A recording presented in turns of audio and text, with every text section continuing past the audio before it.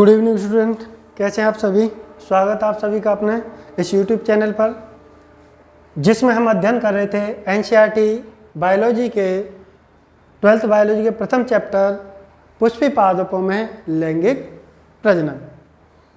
तो इसमें हमने पिछले जो वीडियो थी, पिछली क्लास थी, उसमें इस दोहरे निषेचन के बारे में थोड़ा जाना था।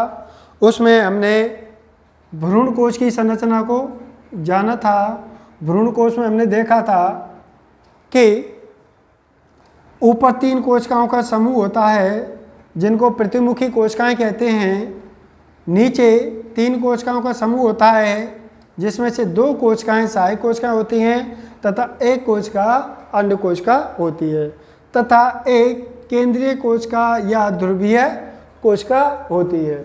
तो जब हमने लास्ट वीडियो में बताया था कि पराग नलिका के अंदर से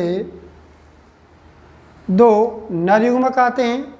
2 नरयुग्मक आकर इनमें से एक नरयुग्मक भ्रूण कोश के अंदर जो अंडकोश का है उससे संलेहित होता है और संलेहित होकर किसका निर्माण करेगा?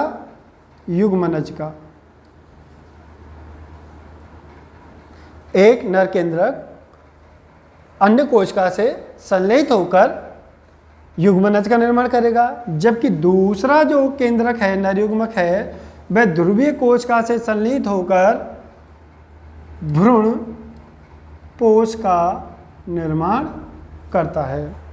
तो इस प्रकार से ये निषेचन की क्रिया भ्रूण कोश के अंदर 2 बार होती है, इसलिए इसे हम दोहरा निषेचन या डबल फर्टिलाइजेशन कहते हैं।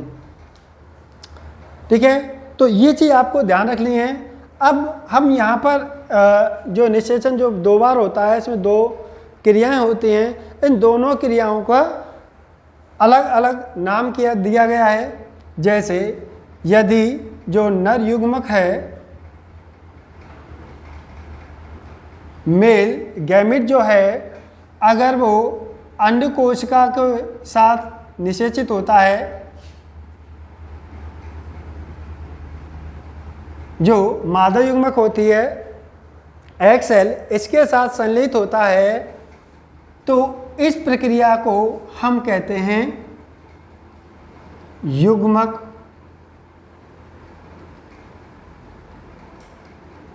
संलयन। इस प्रक्रिया को हम कहते हैं युग्मक संलयन। और अगर जो नर युग्मक है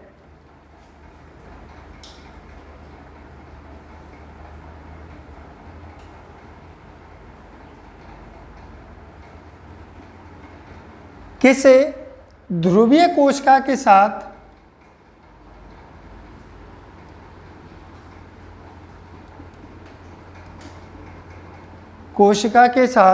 संलेहित होता है, तो इसको हम कहते हैं त्रिसंलयन।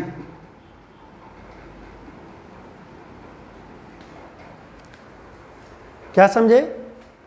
नरयुग्मक अगर अंडकोशिका के साथ संलेहित होता है या अंडकोशिका को निषेचित करता है, तो इसको हम कहते हैं युग्मक संलयन या इसको कहते हैं सिनगैमी।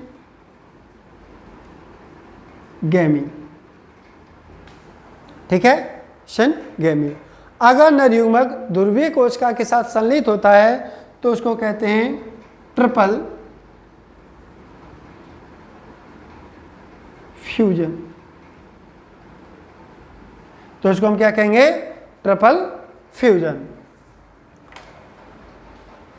ठीक है, समझ आ गया? अब आपको इतना ध्यान रख लेना है, अगर ये दोनों निषेचित होते हैं, नर युग्मक और मादा कोशिका या अंड कोशिका ये संलेहित होते हैं, इनसे जो संरचना बनेगी उसे कहते हैं युग्मनज।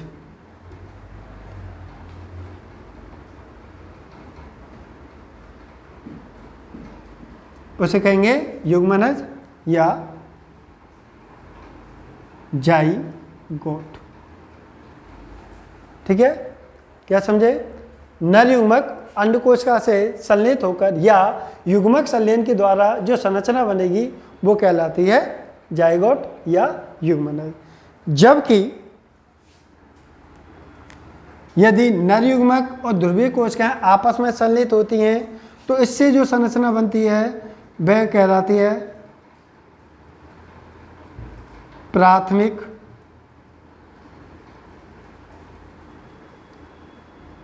भ्रूणपोष केंद्रक। प्राथमिक भ्रूणपोष केंद्रक किनसे बनेगी? नर युग्मक और ध्रुवीय कोशिका से। Primary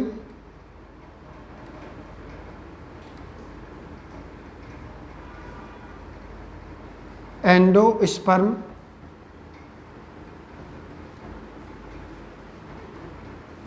nucleus.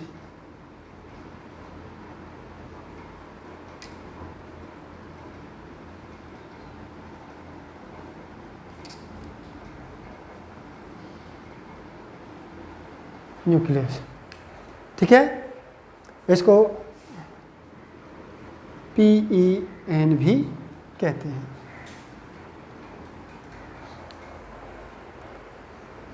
नर युग्मक ध्रुवीय कोशिका दोनों मिलने की प्रक्रिया त्रिसंलयन कहलाती है, ट्रिपल फ्यूजन कहलाती है। जबकि नर युग्मक और ध्रुवीय कोशिका के संलयन से या त्रिसंलयन से जो संरचना बनेगी वो बनती है प्राथमिक भ्रूणपोष केंद्रक या प्राइमरी एंडोस्पर्म न्यूक्लियस या PEN।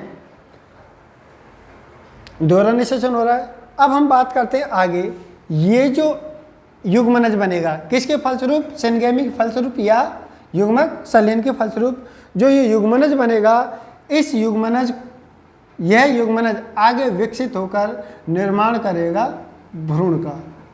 किसका? भ्रूण का।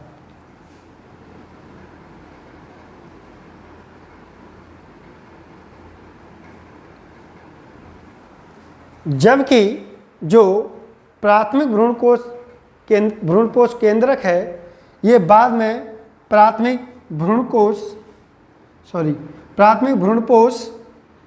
कोशिका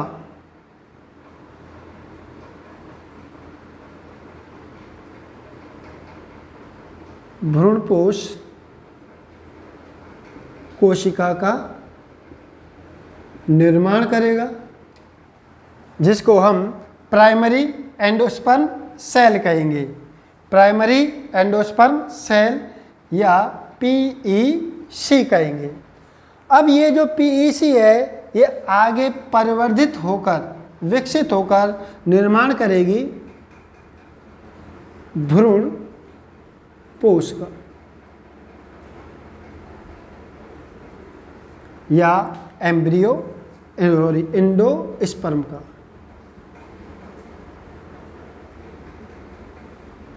ठीक है, समझ आया कुछ? दोहरा निषेचन किस प्रकार से होता है और इसमें जो कोशिका होती है अंड कोशिका होती है, इससे नर युग्मक मिलेगा। मिलने की प्रक्रिया युग्मक संलयन, जो संरचना बनेगी युग्मनज। युग्मनज विकसित होकर क्या करेगा? एम्ब्रियो भ्रूण का विकास करेगा। जबकि द्वितीयक जो नर केंद्रक है या नर युग्मक है यह किससे संलयित होगा? ध्रुवीय कोशिका से या ध्रुवीय केंद्रक से संलयित होगा। इस संलयन होने की प्रक्रिया को कहेंगे ट्रिपल फ्यूजन या त्रिसंलयन कहेंगे। और इनसे जो संरचना बनेगी उसको कहेंगे प्राथमिक भ्रूणपोष केंद्रक। ये प्राथमिक भ्रूणपोष केंद्रक विकसित होकर प्राथमिक भ्रूणपोष कोशिका बनाएगा और ये प्राथमिक भ्रूणपोष कोशिका आगे परिवर्धित होकर किसका निर्माण करेगी?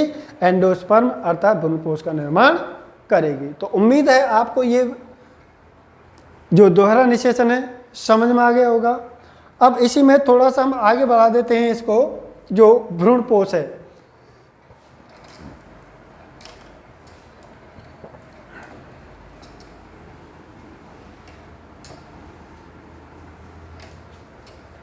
आगे हम बात करते हैं किसकी? भ्रूणपोष की।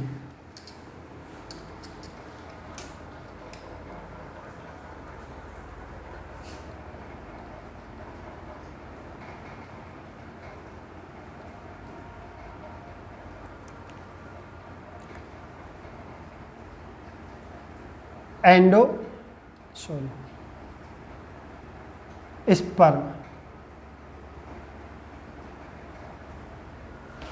एंडोस्पर्म।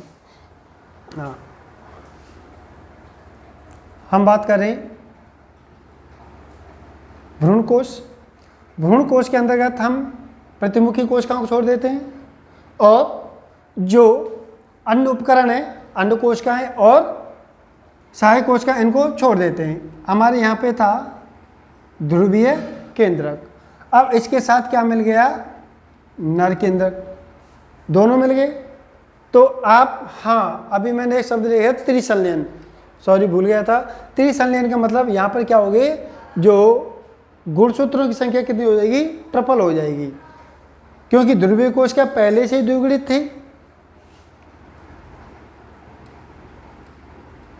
ध्रुवीय जो कोशिका होती है वह कैसी होती है? द्विगुणित होती है। और एक नर केंद्रक मिल गया, अगुणित होता है। कितने हो जाएंगे? n 3n, यानी त्रिगुणित। अब ये जो संरचना बनेगी वो त्रिगुणित बनेगी, इसलिए इसको हम त्रिसंलयन कहते हैं। अब त्रिसंलयन के फलस्वरूप ये जो कोशिका होगी ये त्रिगुणित होगी। अब ये त्रिगुणित कोशिका क्या होगी? विभाजित करेगी। कौन सा? समसूत्री विभाजन। ये कोशिका क्या करेगी? विभाजन। अब कोशिका के अंदर क्या होगा? जो भ्रूणपोष है जो बनेगा वह दो प्रकार से बनेगा। एक तो ये होगा, ये जो केंद्रक तो विभाजित हो रहा है, केंद्रक तो विभाजित हो रहा है। 1 से 2 हो गए, 2 से 4 हो गए, 4 से 8 हो गए, इस प्रकार विभाजित हो, लेकिन कोशिका विभाजित नहीं हो रही है। मत समझे क्या? कि जो त्रिसंलयन के फलस्वरूप PEC प्राथमिक भ्रूणपोष केंद्रक जो बना था उसमें केंद्रक तो विभाजित हो रहा है लेकिन कोशिका विभाजित नहीं हो रही है। तो इस प्रकार से जो भ्रूणपोष बनेगा उस भ्रूणपोष को कहेंगे मुक्त कोशिकीय भ्रूणपोष। मुक्त कोशिकीय भ्रूणपोष, फ्री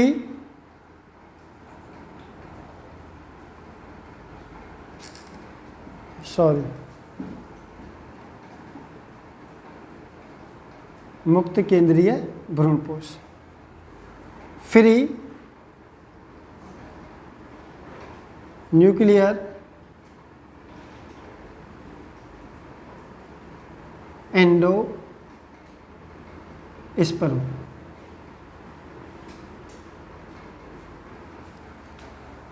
ऐसा भ्रूणपोष जिसके निर्माण में केंद्रक का तो विभाजन होता है, अर्थात केंद्रक बार बार विभाजित होता जा रहा है, लेकिन जो कोश का द्रव्य है उसका विभाजन नहीं हो रहा है। आपने पढ़ा था कि जो कोश का विभाजन होता है उसमें पहले जो चरण होता है उसमें केंद्रक विभाजन होता है जिसको कैरियोकाइनेसिस कहते हैं, जबकि दूसरे विभाजन में उसके कोश का द्रव्य विभाजित होता है जिसको साइटोकाइनेसिस कहते हैं।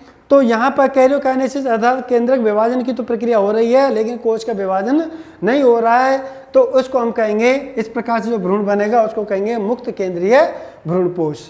ठीक है, इसका जो उदाहरण है वह होता है नारियल का पानी। नारियल पानी पिया है आपने?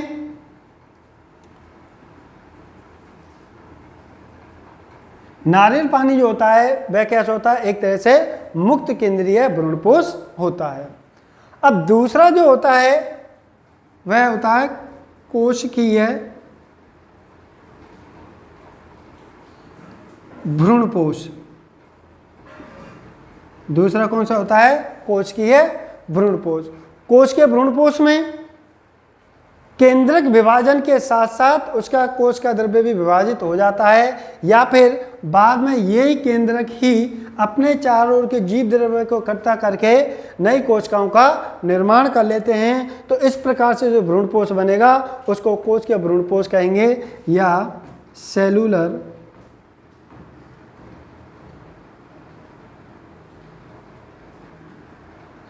एंडोस्पर्म।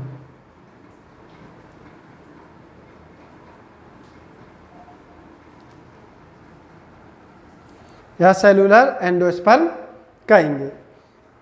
जैसे नारियल की गिरी,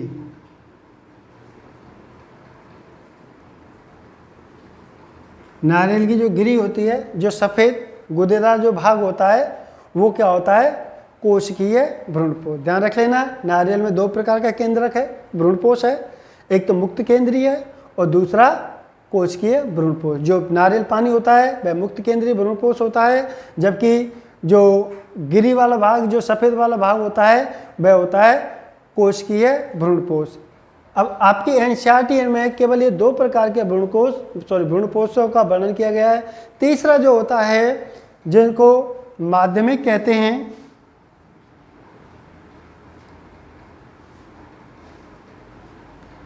हेलोवियल, जो एंडोस्पर्म होता है, उसमें जैसे कि ये कोशिका विभाजित होती है, तो इसमें से ये केंद्रक विभाजित होकर दो केंद्रों को निर्माण करेगा। इन दोनों केंद्रक में से एक केंद्रक तो अपने ऊपर कोशिका द्रव्य बना लेगा, या कोशिका द्रव्य को इकट्ठा करके कोशिका बना लेगा, जबकि दूसरा केंद्रक कैसा होगा? मुक्त। तो इस प्रकार से जो भ्रूणपोष है, ऊपर तो कैसा होता जाएगा? मुक्त केंद्रीय ही है, जबकि नीचे का जो भ्रूणपोष होगा वह कैसा होगा? कोशिका युक्त पाया जाएगा। अर्थात इसमें दोनों स्थितियाँ होंगी, मुक्त केंद्रीय और कोशिकीय भ्रूणपोष दोनों उपस्थित होते हैं। ऐसे भ्रूणपोष को कहते हैं माध्यमिक या हेलोवियल भ्रूणपोष। इसका जो उदाहरण है वो होता है कुमुदिनी में।